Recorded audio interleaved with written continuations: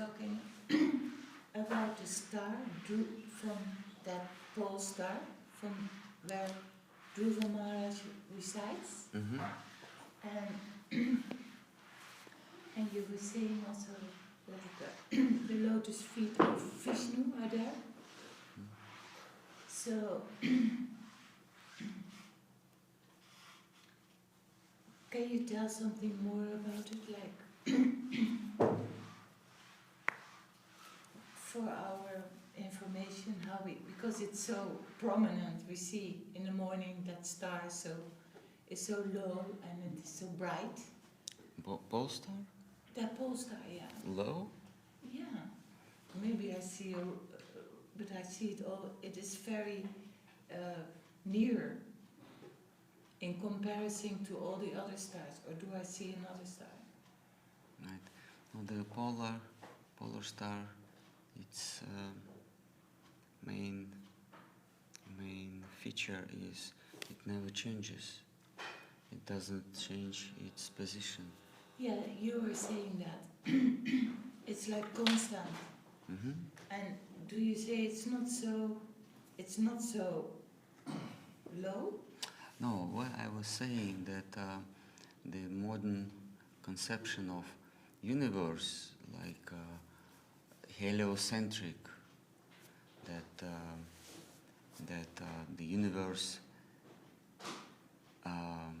expanded from small speck of matter, and then some fog, like star fog developed, then stars, then sun, and now around the sun there is one rock going around which we call Earth, and then the polar star is very far, like billion or trillions kilometers away. So this, I said, it's wrong conception. According to Vedic science, it is wrong conception. Rather than the stars, they are living entities. The stars, it's not rocks floating in dark space. It's living entities, and they shine.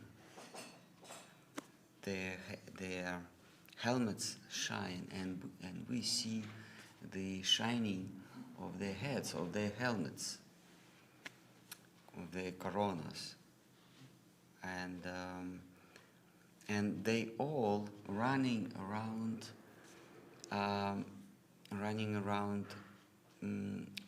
Sumera mountain or Lord Brahma, and only Dhruva, he is not running anywhere. He is sitting, or he is standing, he is sitting in one stable place above Brahma. He is not below. All other stars, they are below Brahma, the creator, and only Dhruva is above him, and he is touching lotus feet of Vishnu, because Vishnu never comes down to this world. He's always above Dhruva. So in Vedas, in Srimad Bhagavatam says that the lowest part of Vishnu or Vaikuntha is the highest part of material creation. So when they meet, the feet of Vishnu and the head of Dhruva, it is called Druvalog, or polar star. This is what I say. It is, and it's not billions kilometers away from us. It's few yojans, maybe 100 yojans, something like that. I mean, it's measurable distance. This is what I said, that it's not far. But it is the farthest farthest level of material existence, the highest level. And all other stars, all other demigods, we call them stars, but it's demigods. They're running around Dhruva with different speed. Sun is going one speed, Chandra, moon another speed, then Indra, then Saptarishi, all these stars with different speed, they going around the mountain where Yama, Brahma,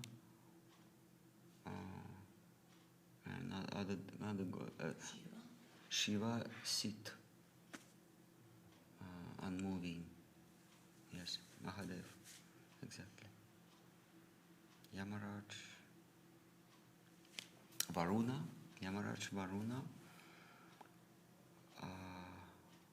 Shiva, and I forgot the fourth one.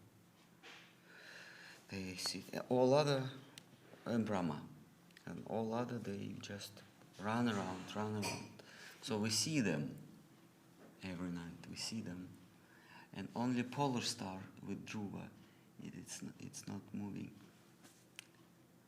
And because the mountain Meru, it's very unusual.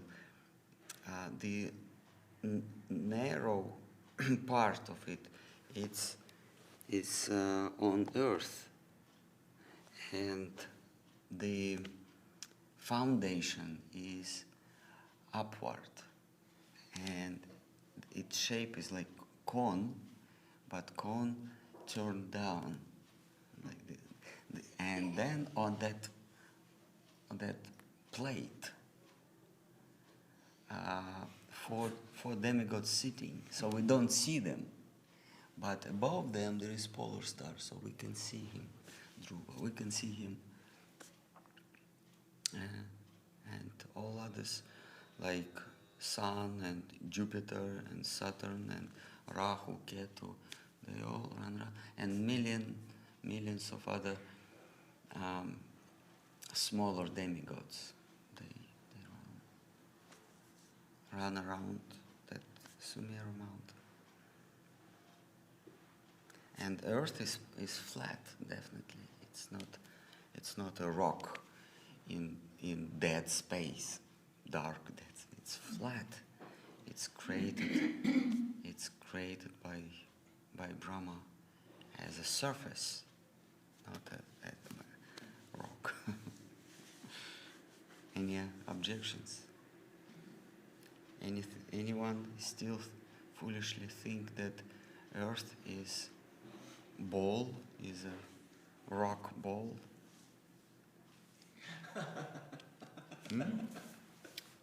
Anyone wants to rebuke statements of Srimad Bhagavatam?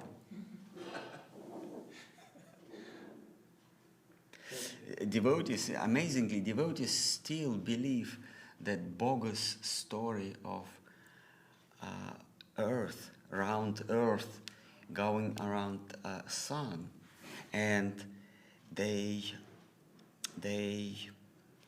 vigorously defend the statement of Vedas that the universe was created by Brahma. So devotees, they don't believe evolution, they don't believe Big Bang theory, they don't believe humans come from monkeys, but they believe the round Earth. The same scientists, so-called scientists, they tell us stories, like bogus stories about evolution, Big Bang, and dinosaurs.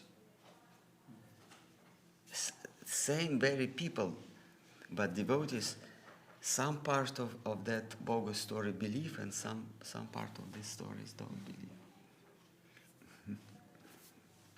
After reading all, actually it's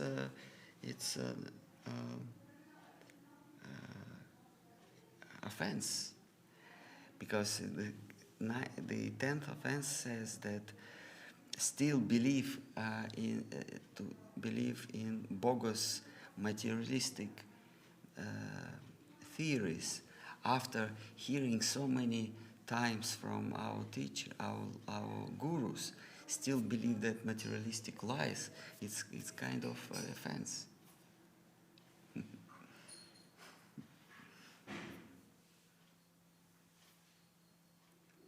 Now everyone now knows that story about dinosaurs is just bogus. It's just concoction of the director of British Museum. He made this story in 1849 just to attract visitors. Which story? That there were dinosaurs. Oh, okay. He made it. He made this out of bones of bulls and cows and giraffes. He made that skeleton of some fantastic creature. And right after that, so many so-called scientists, they started discovering many so-called dinosaurs. And they made that bones out of, I don't know, Sandstone. Sandstone. They made it of sandstone, that bones and skulls. And because they found one big tooth clang, and made from this clang made whole skeleton of huge creature. How? But because they just pictured it. They just and devotees believe it. They don't believe Big Bang, but That's one of the parts of the deceiving, that by providing the wrong information to people, then people would inevitably come to the wrong conclusion about what's their origin and what's their purpose and how the universe looks like. By teaching the wrong picture of what is the universe, it's a certain way of suggesting what is the meaning of their life. okay, yes, right. It's kind of more evil. Yeah. And If you depict wrong picture of universe, then people make the wrong conclusion of why they living and what's the purpose of their life. You're right. because if there's a Big Bang and all of a sudden humanity came into being from nothing, Mm-hmm. means that the only purpose of existence is to just Is nothing. stand their life and accumulate positive emotions or feelings through exploitation. Enjoy. as much as you can. Yes, and we came into big by chance, so our purpose of life is to enjoy and exploit, because there is no high authority. So why should we fear of that God if there is no God? So we are gods. So everything belongs to us. We are lords of everything we survey. If you make a wrong picture of existence, then you make wrong conclusion of purpose of your life. But I think that's so easily done because our brain is puppet brain, even though scientists and can go so deep and study so much. I mean, everything is unlimited and infinite already. The material energy is already like that. Mm-hmm. And to go into that and to grasp that, and from long time ago, it's like almost impossible for Yeah, us. and people trust them because these scientists, they look like moonies. They have beards and they have straight eyesight, and they use Language. sophisticated language. Yeah. And then you think, oh, I'm so uneducated, and these people must know something. In Bhagavatam, in 12th canto, Srila Shukadeva Goswami says that in Kali Yuga, the ignorant people, the foolish people, they will use flowery language, sophisticated language, so they would look like educated ones, and people would believe them because of that special language, Latin. Yeah. Yes, casus belli, and then people, oh yes, this must be very Very tricky because people are overpowered and inundated with words, and they don't know these words. So And this process of detoxification from previous conclusions which people accepted through studying the world, like imposed conclusions upon them. So what's the proper way of detoxification from that? two ways, to believe something else and to use your brain or to use your intelligence. There's only two ways. Some devotees, they don't want to use that sophisticated and complex way of discrimination. They just like critical thinking or critical mentality. They just believe. So that's all right. It's nice. But in the West, as Srila Gurudev said, in the West, in the future, people of the West, devotees of the West, they will have primary position compared to Bengalis. Because Bengalis, they just believe. Whatever you tell them, they believe. And their, Gurudev said, and their faith is based on their childhood education. Whatever they are told in the childhood, they believe. But it's not strong. But if you use your brain, and he said that in the West, people are accustomed to protest. They are accustomed to not believe what they are told bluntly. They are accustomed to investigate and go into the subject rather than bluntly believe it. So if you use this, then you understand that the main point of scientific investigation or scientific knowledge, method of knowledge, is to prove everything. So the modern scientists, they say, we are giving you these theories because we proved it, and then you ask them, okay, can you prove it?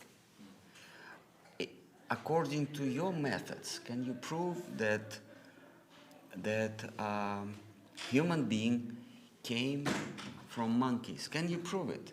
Because we are devotees, we are believers, and we believe that human beings were created by Lord Brahma with help of Kashyapa. Kashyapa Muni. Yeah, we believe it. Kashyapa Muni had 9 wives, and each of them brought about different species of life. The Prajapatis. Yes, Prajapati. Yeah, every awakening day of Brahma, there are different Prajapatis. So, last Prajapati was Kashyapa. So one of his wives brought about birds and other species. Another wife brought about, give birth to beasts, and then serpents. And then one wife brought about a human, Manu. So, it was Brahma. Different days, different Manu, the originator of human race, was created by different. Sometimes Brahma acts as Prajapati himself, if he has no candidates, right candidates. Sometimes Daksha, sometimes this and that. Okay? So, but we cannot prove it because we use different method of knowledge, of acquiring knowledge.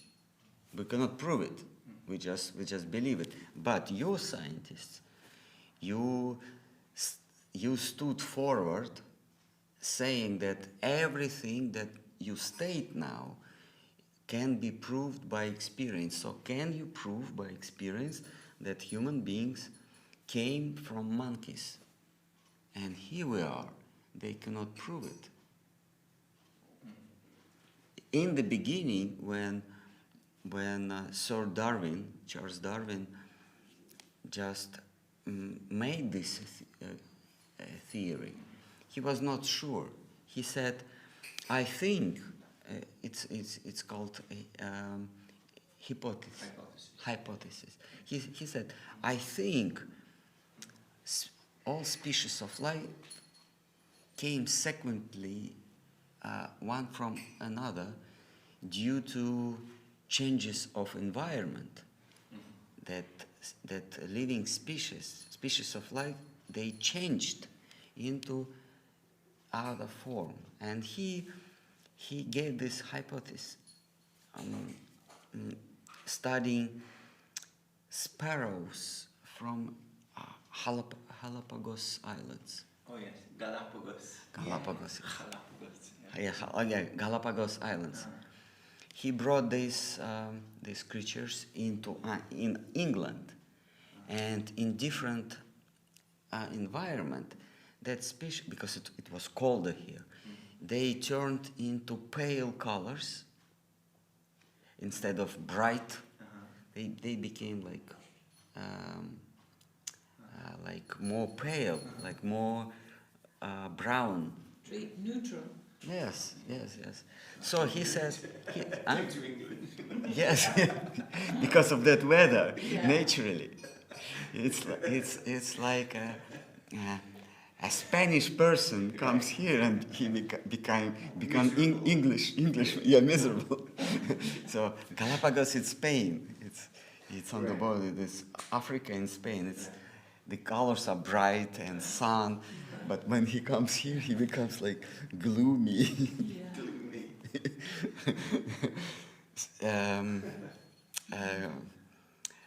Skeptic, Eurosceptic. And so he gave that idea. He came to that idea that under influence of environment, we change our shapes. And when monkeys climbed down from trees and started walking, naturally they became humans. And then that humans, they went north to Netherlands and became Dutch lady. Well, yes, it's possible.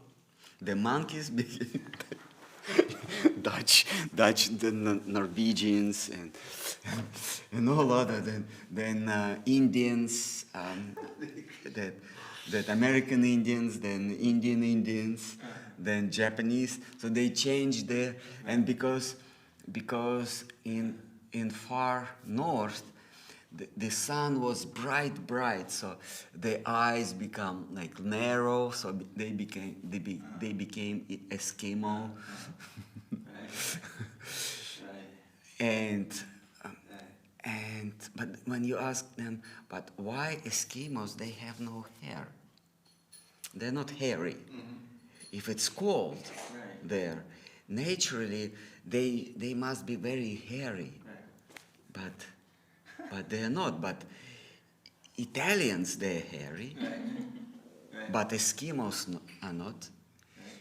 So they gave some explanations. You don't understand that theory. Okay. But can you prove? And they cannot prove it. That's the point. They cannot prove it. But it's still presented as the most probable possible way. of Then, how- then don't call it theory, call it hypothesis. Again, theory means something proved, but you cannot prove it. But isn't it like Newton and Einstein who said, well, maybe you think we are very intelligent or something, but we are just getting pebbles. Yeah. Yeah, it's like there's so much. It's But to cheat the general Yeah. people, you need pebbles. yeah, you don't need to say you are ignorant. Yeah. Even if you Sir Newton or Einstein, if you say this, then the people that you want to control, they start thinking, oh, maybe we also don't know. The fools, they think they know everything. Yeah. Like in third grade of school, you think you know maths completely because you know how to count from 1 to 100. And you think, now I know, I know how to add, divide, multiply. Yes, but when you enter university, you understand that you know nothing. But that's why we hear from our masters, like the material world is very nasty. Like it's very,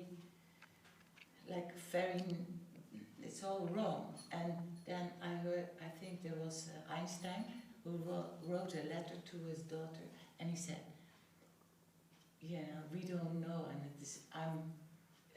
it is far before our time. But I think everything is ruled by love. Mm. Everything is love. Everything is arranged by love.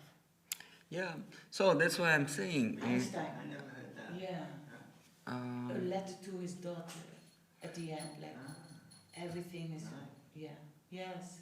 Yeah. So every part of that general theory of existence failed to be proved by scientific methods. Yeah. You cannot prove there was a Big Bang. No.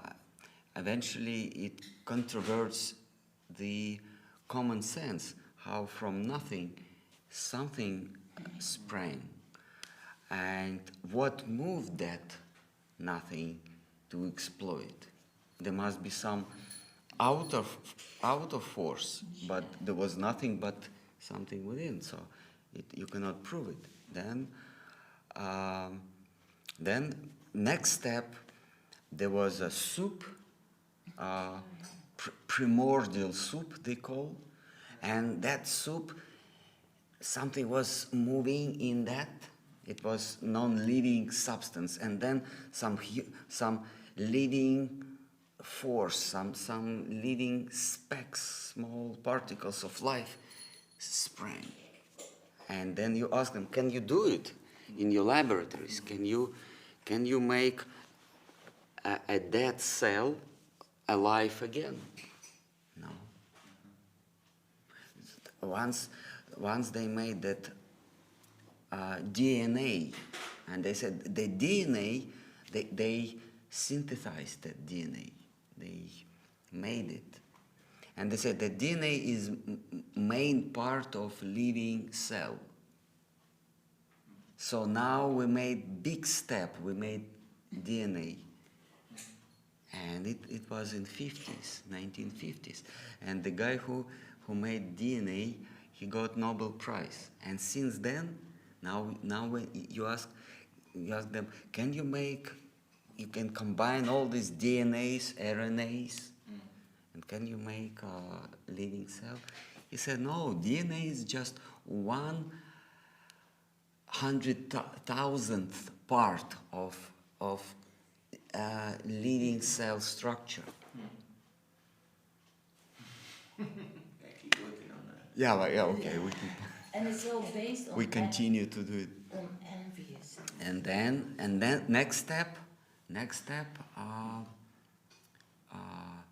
that living cell developed into monkey, and then monkey become became Human. conscious creature. And you ask him, can you make monkey again a human, at least brain-wise? No, we cannot. Sometime before, the nature made it conscious, but now we cannot. So they cannot prove anything of that big theory of Genesis, but still we have to believe them. No. So it's almost like And then they say we flew into the moon and we made many pictures. And you ask them, can you show me that picture? And they said, you know what they said now? We lost it. Yeah. When they sent it to the printer, Yeah, that can happen. There was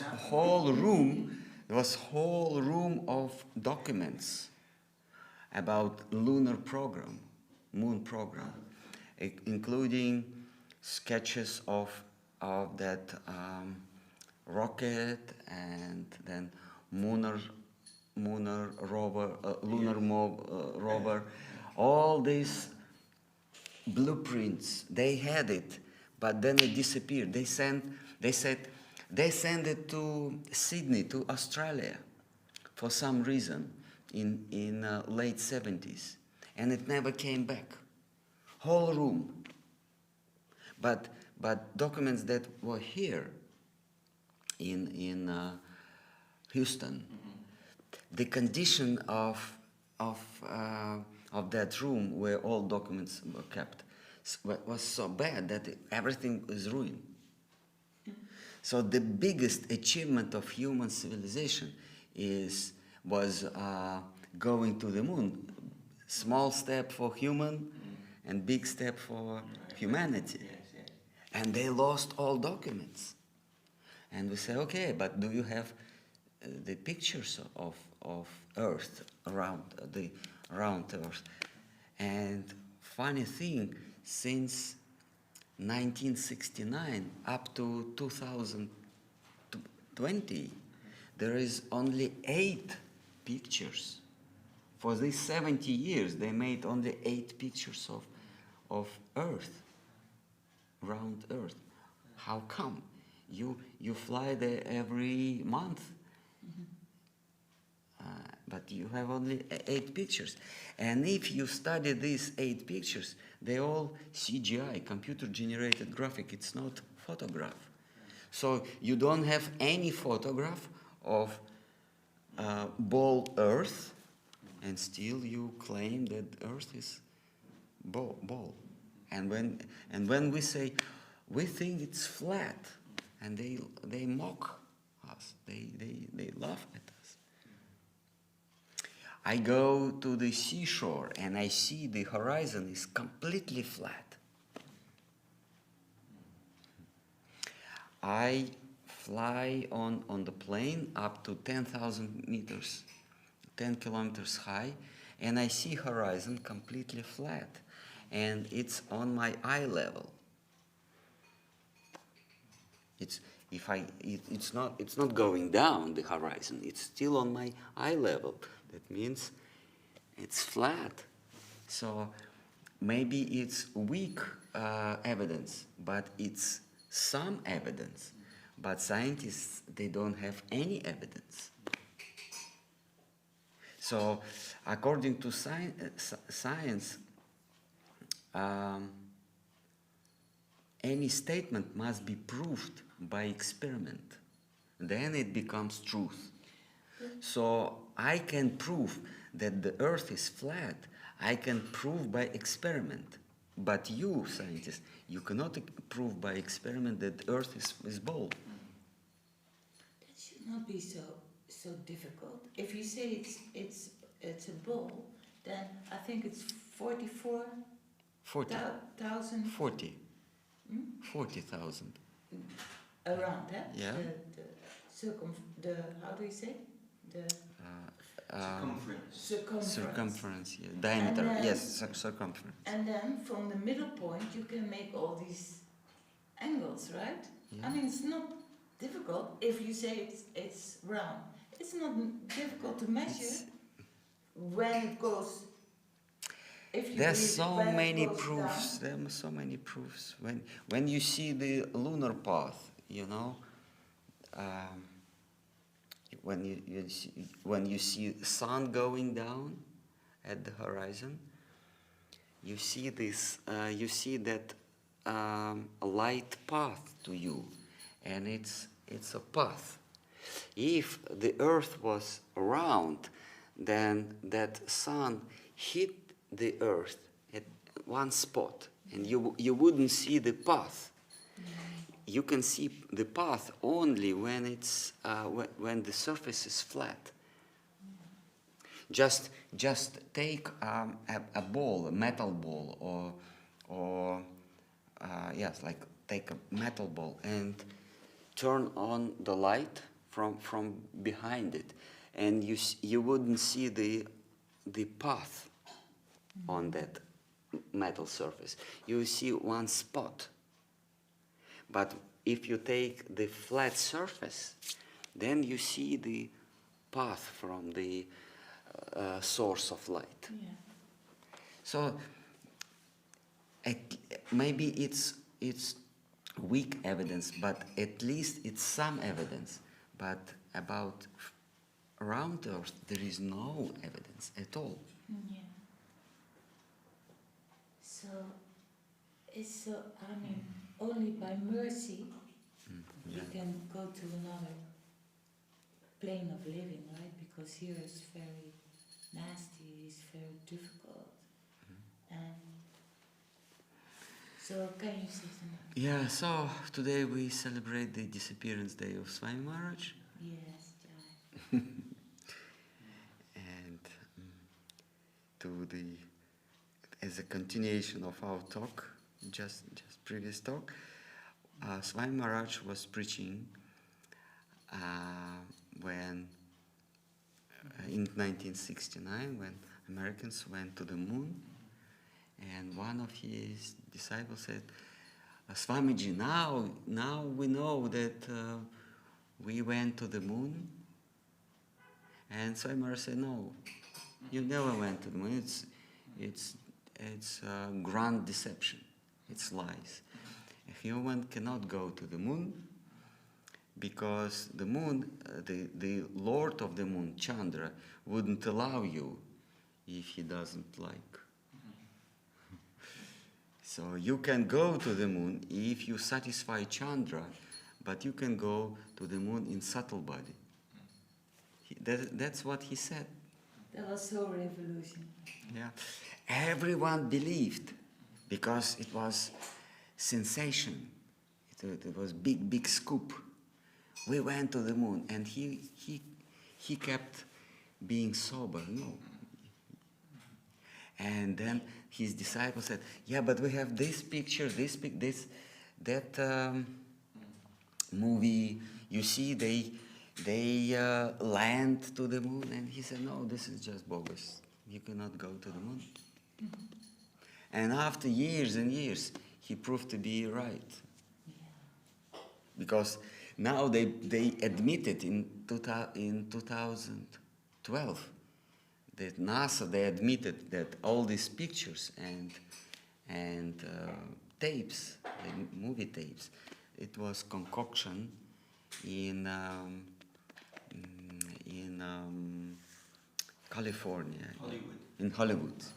Oh, they admitted? Yes, they admitted. admitted.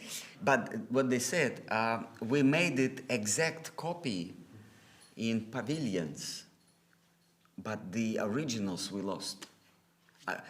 After we made it after originals. So, but he didn't know that. But it's not possible. Bhagavatam says you cannot travel there. Ravana tried, but he couldn't. Because demigods didn't allow him. That's what means guru, who is not moved by any environment. Yeah. Environment is just saying, no, this is true. No.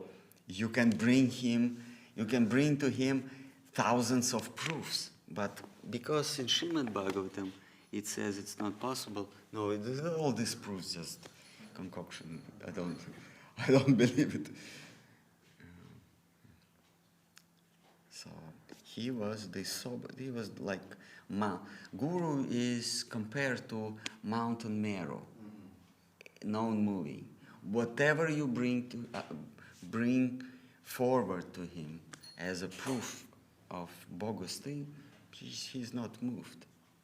Because he's coming from the spiritual. Because he holds Lord Vishnu's feet. You cannot move his conceptions. Right. No matter how bright scientific, what do you say, открытие.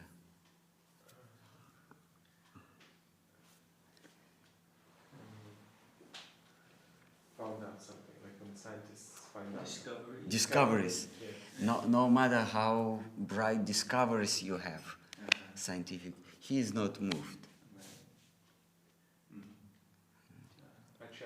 Acharya, he is not charmed. Acharya, he is not charmed. It says that stars, they're demigods and they circumambulate that sky sphere.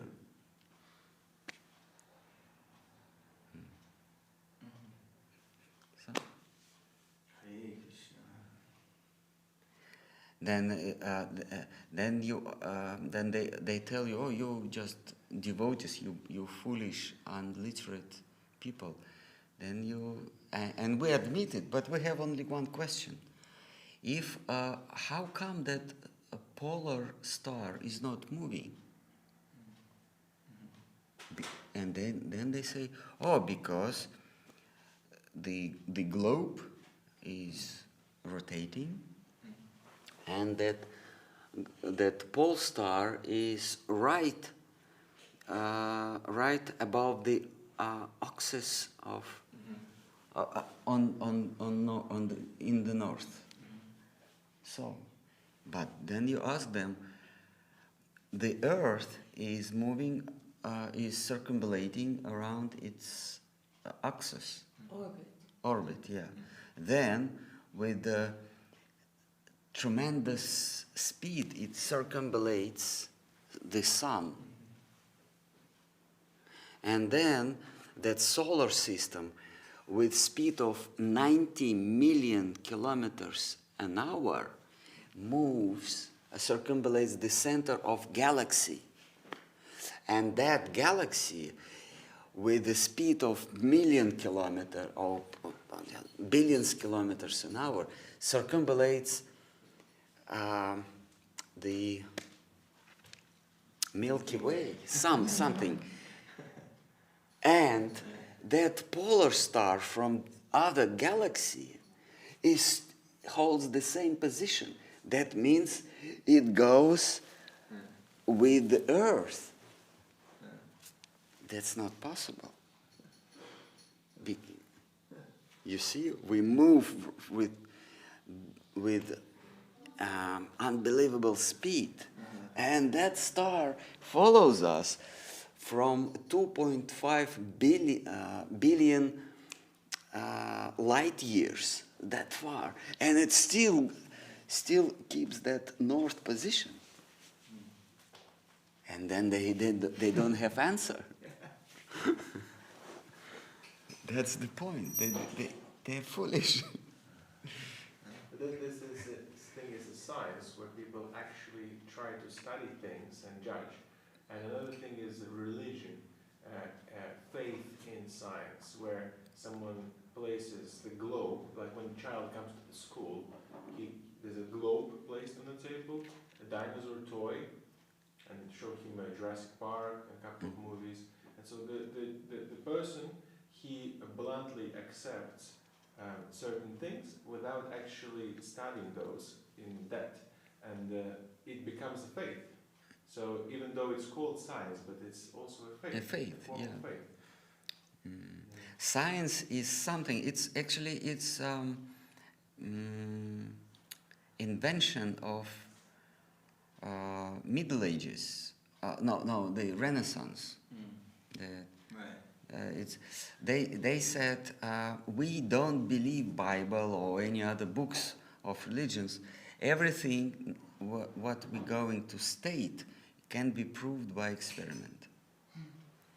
So they developed a new way of knowing things, of understanding the reality. They developed a new method. And that method is to prove what you state. I remember Swami Maharaj also said that was the first thing we learned in ISKCON actually. The devotees know what is the difference between matter and spirit. And then the devotees were saying, Swami Maharaj said, the devotees know more than a scientist. Yeah. It's correct, but the thing is that the scientists, they don't claim that they know spirit. They say it's not our scope of interest. They say, okay, there is a religion and there is a science. We don't interfere into religious field. You want to know, you want to understand the spirit, okay, you religious people, you understand the spirit. But our point of interest is matter, so we understand the matter. And anything, because what they say, you spiritual people, you know the spirit, okay, but don't interfere with the matter, because when you spiritual people describe the matter, it sounds funny. So just go to your spirit subjects and don't come here to the material world. Let us be the ones who try to understand the material environment. Don't come over here. So they made the line between material things and spiritual things. But then we say, okay, we don't interfere. But when you describe material things in foolish way, we also have a right to understand. But they cannot. That's the problem. That the only approach of studying the reality is the symbiosis of religion, science, and philosophy. That's what we see in Bhagavatam as well. It's not just one. It's like one changes into another, and like that's like the tools of how you can like grasp certain things. But then, if people are studying only science, then they are misled because they come to a conclusions only based on empirical knowledge, empirical, disregarding philosophy, let's say, or revelation of saints. So it cannot be full, and then they clash because they acquire different conclusions. But then when the scientists start to impose the purpose of life to others based on their research of the matter, then it becomes a problem. If you create something based on your knowledge is one thing, but as soon as you start to dictate or propose a purpose of life based on your research and impose it on others, then it becomes a problem. Yeah, exactly. But then people who do good for other people, or have the heart, or feel something, that there's something that we feel and we cannot explain, they say, God is all. Like everything is mixed together, and material and spiritual, it's all mixed together.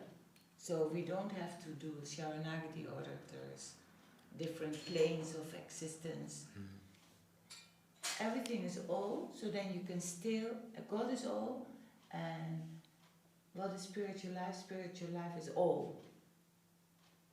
So then you can still enjoy a little bit, and you can still think, we all God, sort of. And that's another take on it.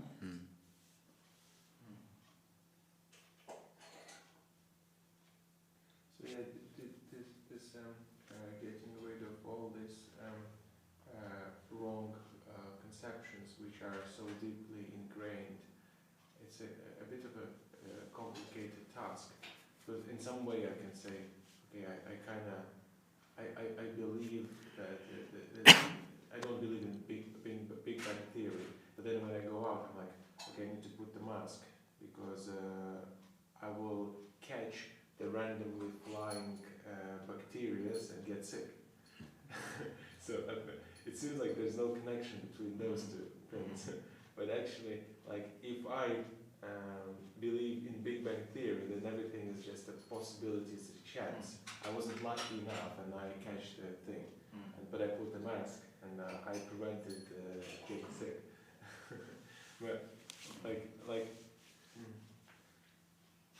how to connect those two, right? Because I want the idea that I can be accepting the Big Bang theory and deeply inside it will change the way I view the reality. All of a sudden I will be thinking that bad things happen by the accident because karma is not there, it becomes just a random circumstances where I can end up in, and I can be in the control of the environment. So like some conclusion I accepted before will be deeply affecting myself in the future, affecting the way I perceive the reality. So like it's kind of inevitable to really like get rid of all the false conclusions about the reality in order to be able to observe the reality with a proper angle of vision. Kind of. I didn't catch you. I'm not sure I understand. So let's say the challenge. From my young age, I accepted 5 different conclusions. And so those 5 conclusions, they become the foundation of my understanding of who am I and what's the purpose of my life.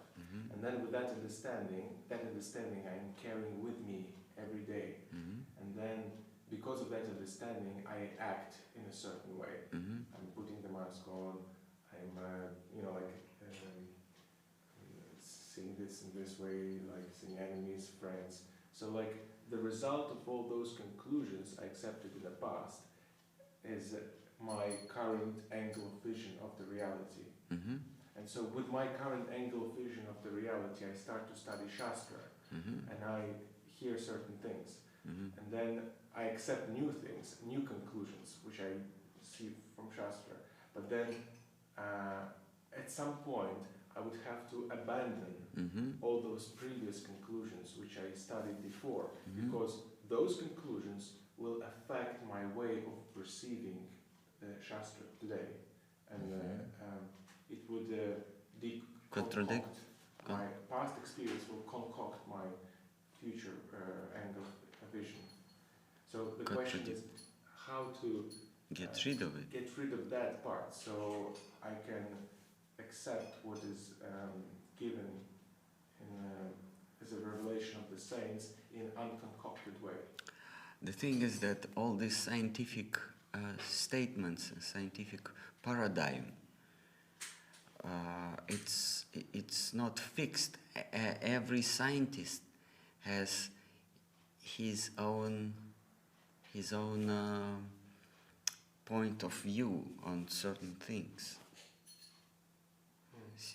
See now that what is this nowadays the biggest scoop is coronavirus. So if you approach different scientists, they tell you different theories. That the bat, it started from the bat. Some say it started from in laboratory. Then some say it's not a virus. It's it's influenza. Yeah, flu. It's flu of different, some modification. Some say, well, it's something SARS. It's or what do you say that piggy virus, pig flu. Different so-called scientists, they say different things. So they don't have fixed theory on not only in this virus pandemic, but in all other subjects. I think also Now, because as for that theory, evolution theory, they also don't have the same version of this theory. Some say that bacteria, that preliminary living substance, came to the earth with meteorite. Meteor. With meteor. Some say no, it's from that substance, that primordial soup. Some say something else. And then when you ask them, okay, that one species of life, by modification of thousands of generations, came into another species of life. Like there was rat, and finally the rat became dog or wolf, whatever. So then you ask them, where is the intermediate species? Because we see rat, and then we see hamster. This is hamster, right? Yeah. And where is the intermediate? We find the history okay, we find cats and tigers, but where is the intermediate? Something between cat and tiger, or leopard, or puma. Where is the middle species? And they don't, and they cannot show it us. Where is the intermediate between dinosaurs and that rat? Because they said dinosaurs died at once, and only rats could live. Or lizards. Where is the intermediate species between lizard and rat? And they cannot show it. They said the evolution was very fast. Like there was a rat, then in 2 generations it became wolf. So these 2 intermediate parts we don't see because we cannot find it. But so it developed into the wolf, and now we see many wolves.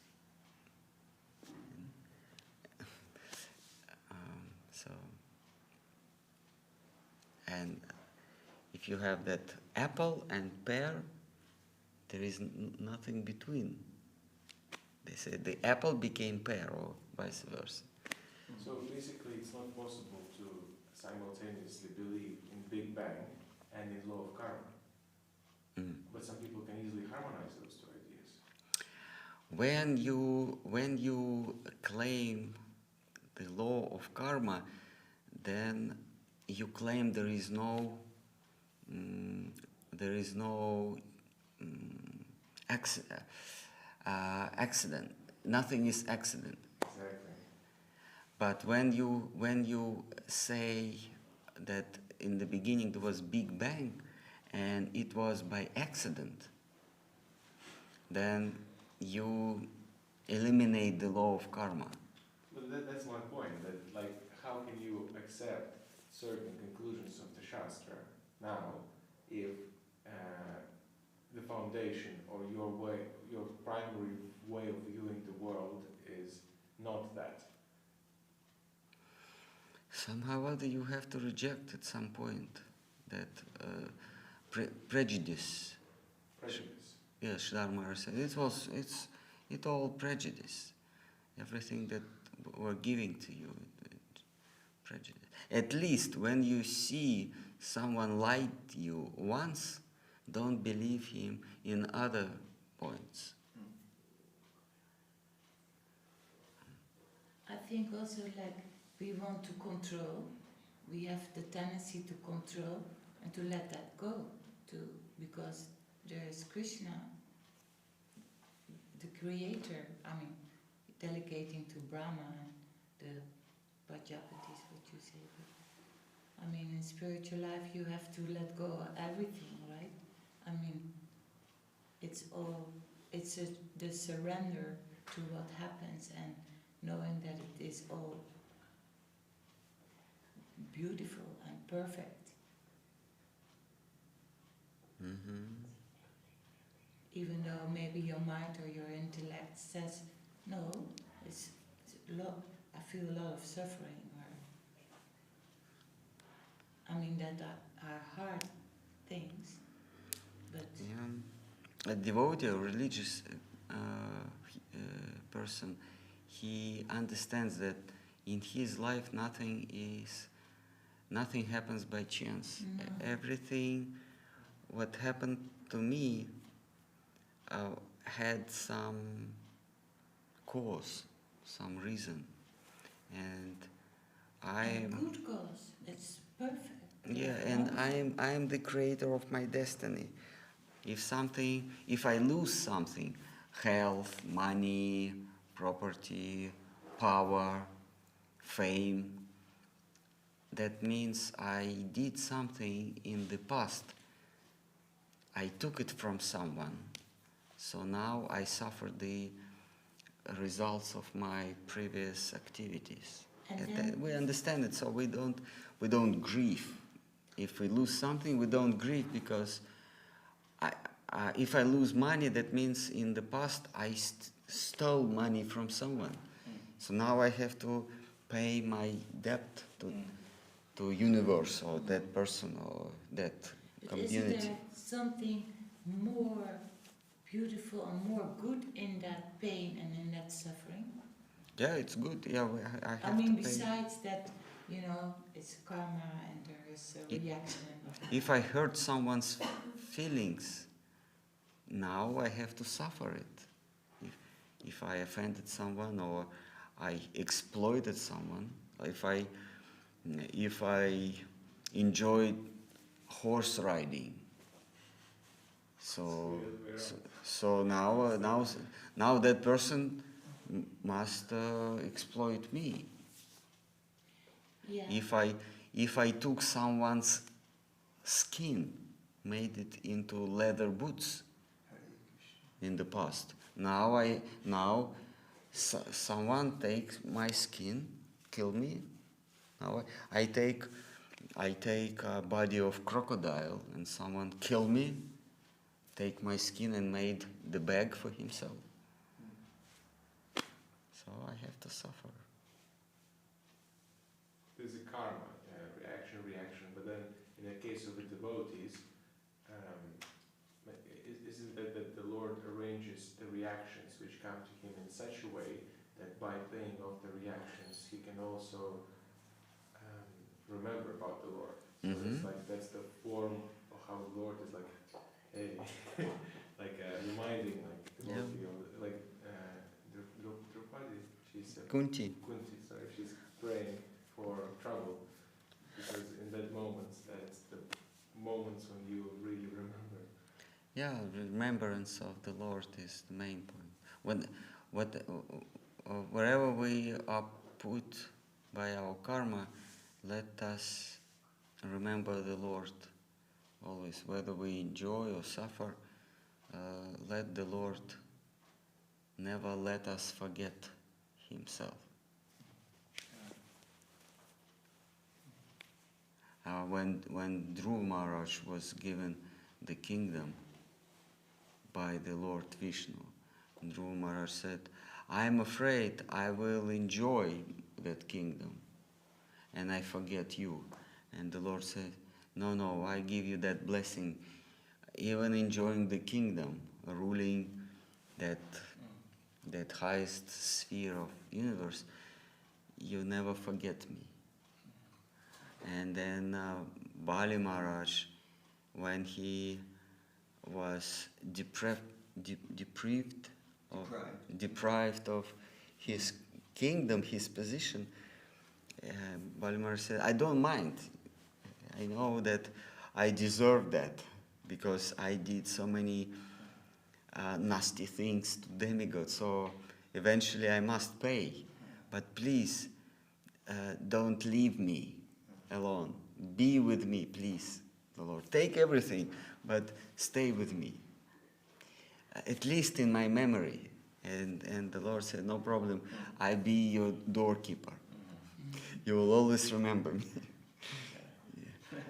And Prahlad Maharaj, the Lord said, okay, I give you liberation from suffering. You suffered so much. They threw you under the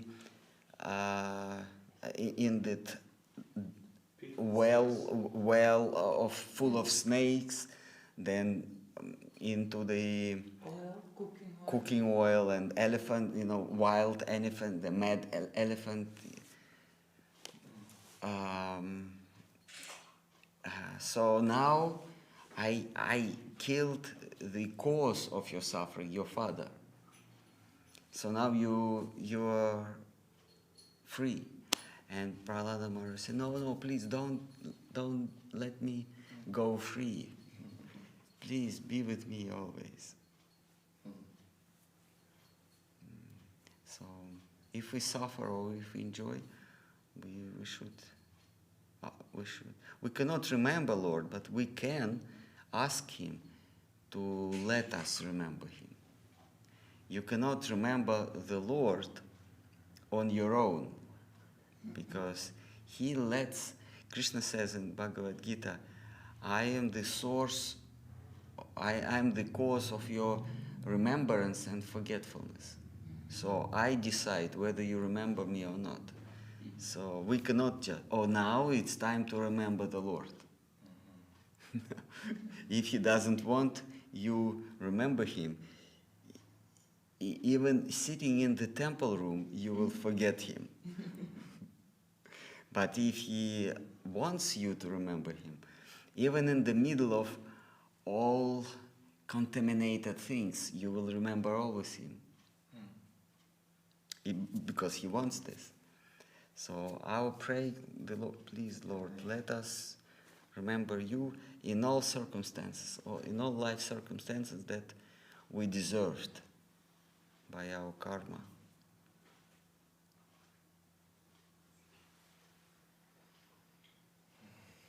Any objections, maybe? Or anyone wants to share her divine revelations? Well, they say, like, if you are aspiring to go this path, there are no objections. You cannot have objections, right? Mm. Because in that plane of faith, that it's so, maybe you can use that word, like random. Mm-hmm. A random accident. I mean, you have to make yourself fit for that, right? And then there's no objection. Cannot be. And not that I can realize that, but I just read that. But there's a certain stage where you have to reject so many things in order to get in the right way, so to say, like accepting favorable and rejection of unfavorable. There'll be a lot of things which would appear as real, or as like a good or favorable, but actually not entirely. So there'll still be a very long path where we will have to use our critical thinking and be very cautious about what we're taking and what we're accepting. But then it's also said that Koptritve Varana, like to have that faith, he protects and he guides, right? That's more that is then more important than acceptance or the favorable or rejection of the unfavorable. But that the idea of Chaitya Guru, that there's a certain part within the heart which tells, like what's right and wrong, but then it can be easily misperceived with the mind, and therefore, until that's super clear, then there should be tool, should be more kind of analytical, something more stable, something would help to, like a clutch almost, which will help to carry on.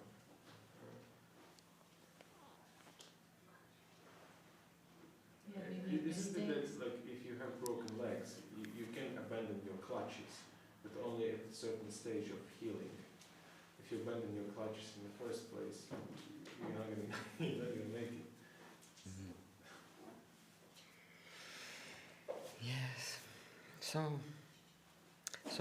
Swami Maharaj, he came to the Western world to tell people about the cult of Sri Chaitanya. And he preached among young people, among hippies. At that time it was very trendy to be hippie or to reject the world. And he came with the message that just rejection of the world will make you crazy. That doesn't to reject the world does not solve your problems. You have to take shelter in some solid soil, which is Mahaprabhu's land. So we know that all these hippies of 60s who just wanted to, who rebelled against their fathers, who were greedy to accumulate material wealth, they rejected, but then they lost themselves. They became like drug addicts and crazy, and some turned back to world of exploitation without not finding the land of faith. They came back to material world and became, instead of hippies, they became yuppies. Yeah. Even more greedy. Yeah. I'd forgotten about yuppies. Yeah, yuppies. They are more even greedy than generation of 50s. Right. After Second World War, the world became mad by making means of enjoyment. The economy boosted fast. People became more and more rich and exploiting. And in 60s, their children, they realized that there is no happiness in exploiting and becoming more and more rich. And then that movement, hippie movement, started. And Swami Maharaj when coming to America, he said that is not the solution. Just rejection of material wealth, that hippie movement, is not the solution. You would become either mad, or you go back to your accumulating of wealth, that yuppie. And that happened. And some who followed him, some devotees, they took shelter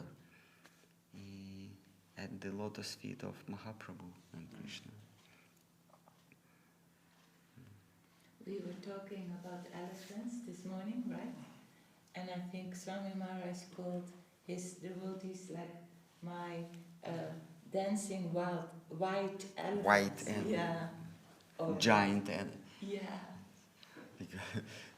when he first brought his Western devotees to Bengali, but and you know, people in Bengali, they're not high, they're not the size, they're short, yes.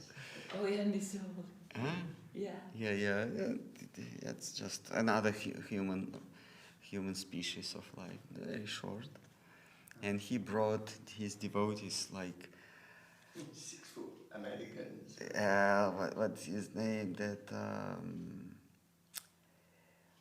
Jai Pataka, 6 foot, and that Bengalis, they had half of his size, and they called his devotees white elephants, dancing elephants. They were amazed. They were amazed how Swami Maharaj, he disappeared. And after 5 years, suddenly he came back. He went to America in 1965, and he came back to Bengal in 1971. So 6 years he was away. No one knew what happened to him. Maybe he was another Indian guru landing on American soil and now enjoying with his opulence, like all these Ananda, Mananda, what is this, Swami, yes, many yogis, and I forgot their names. Yogananda, oh no, so many, Maharishi, Mahesh, many. So maybe he became one of them, got his audience, now enjoy his opulence with his rich American devotees. And suddenly after 6 years he appeared. Not charmed with American opulence. Same as he was before, but with his devotees, wearing monk clothes, and his godbrothers, they were stunned, they were amazed, very much surprised. And initially they thought he was contaminated with Western civilization, Malaicha civilization, but he was not. And in the beginning they didn't really want to come close to him, because you cannot ban Bengali,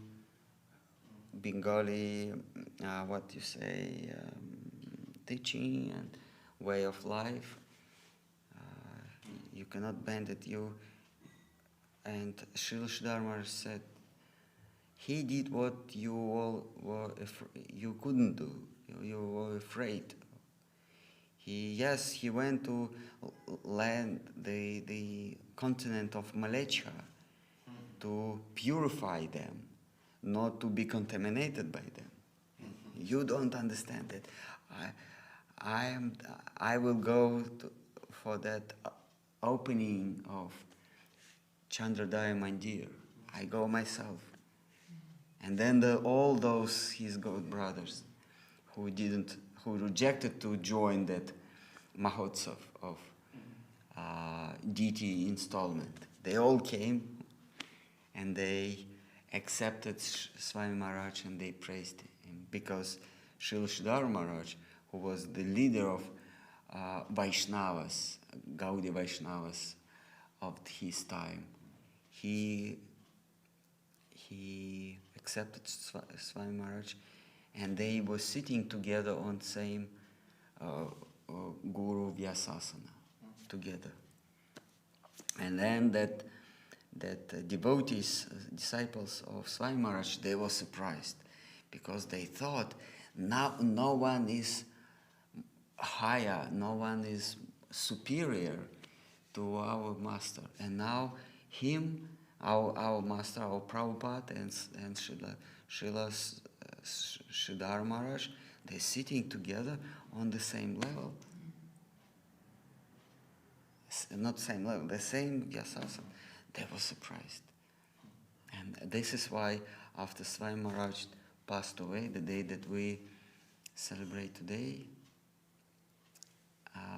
after he passed away, they all came to Sridhar Maharaj, remembering that they occupied the same Vyasasana. So he was on the level of our Guru. They all came to him, asking the guidance from Srila Sridhar Maharaj. And Srila Sridhar Maharaj, he helped Swami Maharaj to obtain that land where later Swami Maharaj built the temple. Yes. He was the one, Srila Sridhar, the Guru Maharaj, he was the one who made that land transfer to Swami Maharaj, because he was cheated by the owner of that land. Who was cheated? Swami Maharaj, he was cheated. The land was sold to him, Yeah. but the guy sold the same land same day to other person. Oh.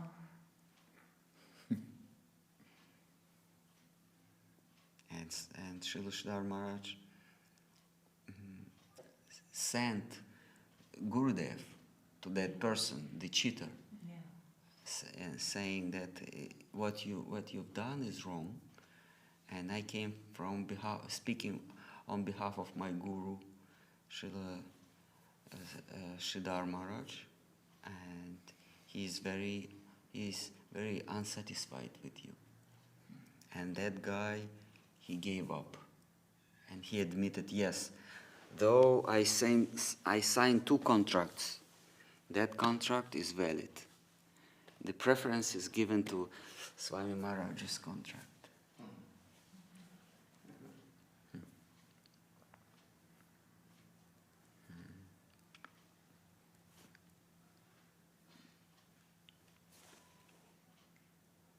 And because of that, all is our wealth and benefit. Srila Gurudev called Swami. He said, in my life I had 2 gurus, 2 masters. Srila Sridhar Maharaj, Guru Maharaj and Swami Maharaj. And Srila Gurudev was the one who distributed Back to Godhead in Calcutta. Very nice. He was the one, he was the first distributor. Yeah. He used to travel to Calcutta in mid-40s and go from one shop to another shop, giving that leaflets Back to Godhead.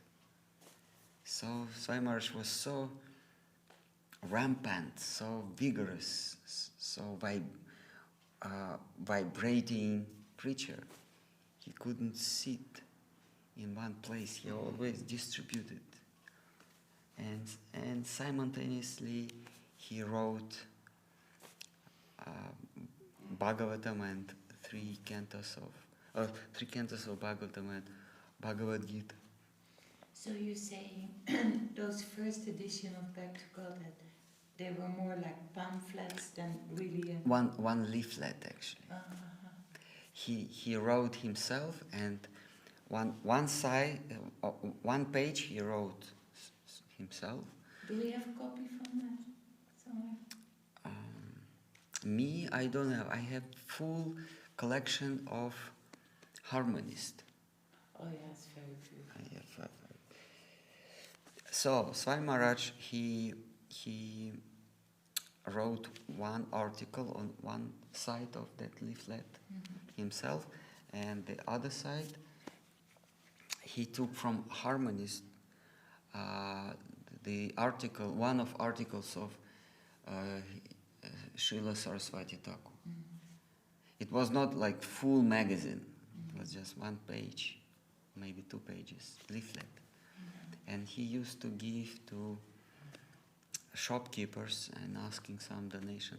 And Srila Gurudev, Srila Gurudev Maharaj, he was not sannyasi that time. Brahmachari. Yes, brahmachari. And Srila Sridhar Maharaj sent him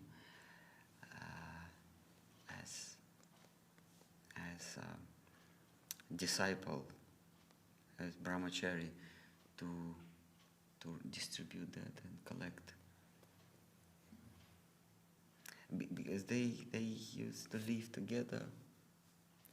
Sai Maharaj gave one of his room, the first floor room of his laboratory, to Srila Sridhar Maharaj and Srila Gurudev.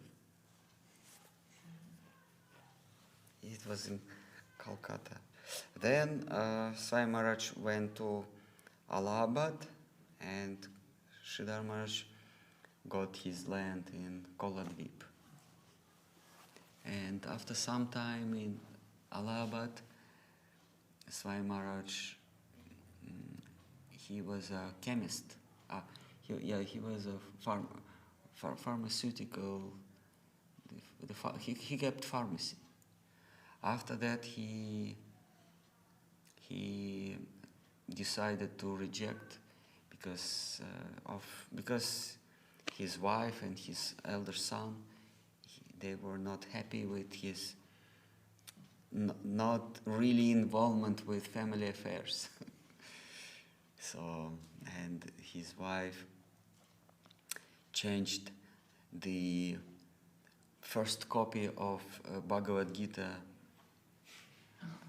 with 1 pound of tea, manuscript, and he lost it. And then something else. So he lost two manuscripts, and he decided, oh, this was the Krishna's blessing. So he rejected his family and went to Srila Sridhar Maharaj asking for sannyas. And Sridhar Maharaj said, no, I don't give you sannyas initiation. Because, he said, because your wife is crazy, she would come to me and she'd kill me because she is mad. So better go to my disciple, my sannyas disciple, Keshava Maharaj. Go to him, and you know by portrait of Keshava Maharaj, he's like 6 foot, he's 6 feet, heavy person. And he was always next to Saraswati Thakur. He was like his bodyguard. You see that big guy in picture, Gaudimat picture. It was Keshava Maharaj. So Sridhar Maharaj said, let her come to him and object. So Srila Keshava Maharaj, he gave initiation to Swami Maharaj. And Swami Maharaj got his name, Swami Maharaj. Bhaktivedanta Swami Maharaj. He was entitled with this name. Didn't Guru Maharaj give that Bhaktivedanta? No, Bhaktivedanta Swami. Yeah. He was Bhaktivedanta Swami. But we understand that actually his Shiksha Guru was Srila Sridhar Maharaj. By some reasons he didn't want to give direct initiation. Swami Maharaj. So then after that he went to Vrindavan and he spent there, I believe, 10 years. From 55 to 65. And there he wrote again Bhagavatam, three cantos. He translated and gave purports, and then he made third manuscript of Bhagavad Gita, and few other books, I believe. Some books, some articles, some books. And he used to send these articles to Gurudev, and Gurudev printed it and also distributed. But that time was already less. Swami Maharaj had one disciple. Before he went to America, he had one disciple. I forgot his name. And that disciple, he used to distribute that leaflets. Oh, yeah. But he left him back when he went to America. He left this person back because that Didi, the sister of the Nishima, she was sister of their godbrother. Maybe she was disciple of Saraswati Thakur, but I think she was the sister of disciple of Saraswati Thakur, who was very, very close to Sridhar Maharaj and Swami Maharaj.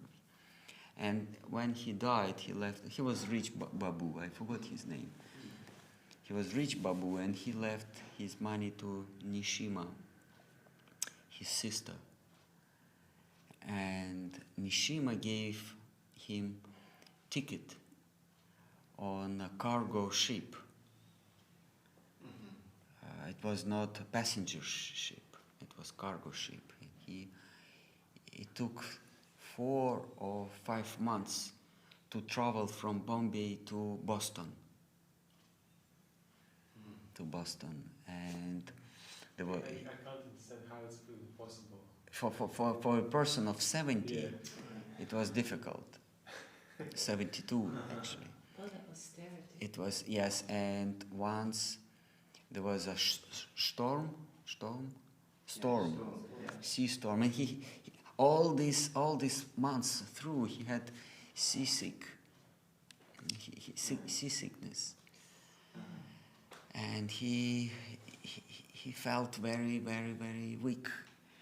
And once there was a storm, and he thought he's dying. He had heart attack, and he had that small room in that cargo ship.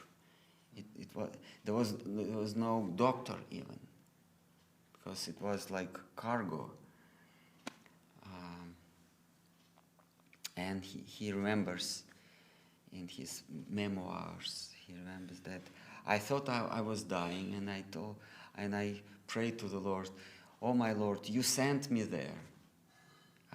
I'm doing this only to satisfy my Guru Maharaj, because my Guru Maharaj wanted me to preach among Malechas.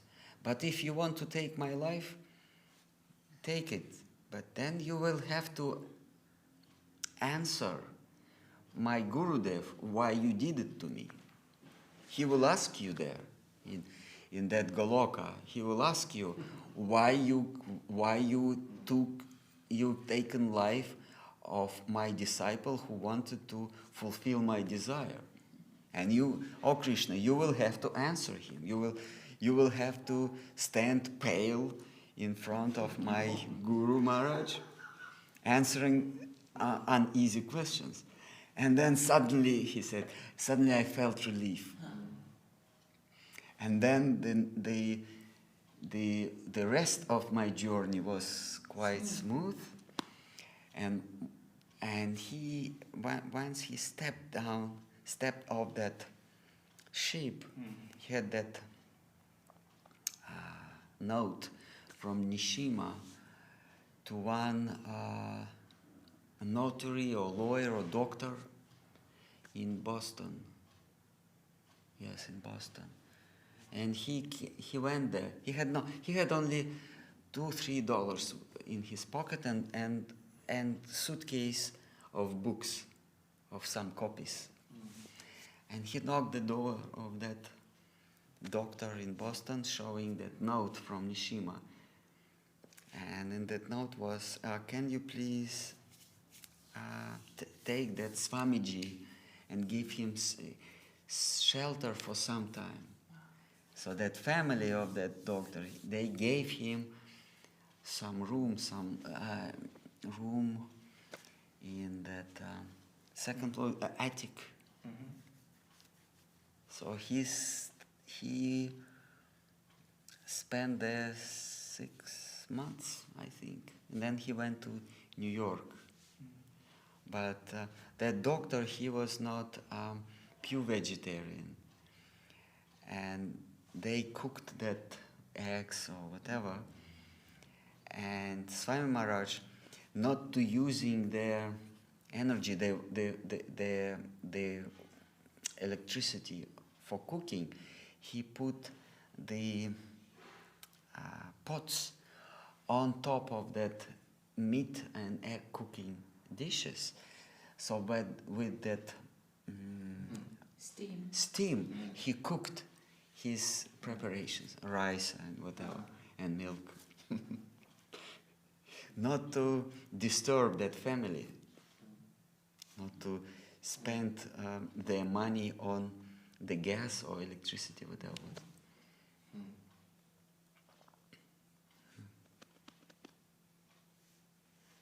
Then in New York, he sat down in Central Park and started chanting. And day after day, more and more hippies gathered together around him, and some suddenly started chanting with him. I think it was not Hansadutta, but the first one, Kirtanananda. He sat down along with him one morning and took chadar, so they started singing together. The next day, one more person joined, and another, and then they gave him the place much less gifts. It was 26th Street. Bowery, this downtown. Yes. It's the lowest part of the west side. Yes. No, is it 26th Street or something, 26th. Yeah. Anyway, yeah. So then they started their kind of preaching center, kind of temple. Yeah. And then he wrote a letter to one devotee in Vrindavan, or maybe Gurudev, please send me kartals and mridangas, because in America there was no shops, mridanga, kartal, or devotee shop. And he didn't take mridanga, only one pair of kartals with him. And now when more and more Western devotees joined, even families like couples also, so he needed more music instruments, and they sent him mridangas and kartals and more, and some clothes, some dhotis, tilaks and malas. And then he started giving initiations. First one was Kirtanananda. Yeah. Kirtananda and Bhavananda, I think. So then it expanded. After 5 years, he came back. It was his triumph, victorious coming back, victorious return to land of Mahaprabhu. Okay, so I think we have to close now. It's 9 o'clock. Jai Shila Swami Maharaj ki, Bhakti Vedanta Swami Maharaj ki Jai. Jai Shila Gurudev ki Jai. Jai Shila Siddhar Maharaj ki Jai. Shri Rupanuga Guru Varga ki Jai. Shri Bhakta Vrinda ki Jai. Mahaprabhu West London ki Jai. Shri Chaitanya Saraswati Mat ki Jai. Nitai Gaur Branda Hari Hari Bol.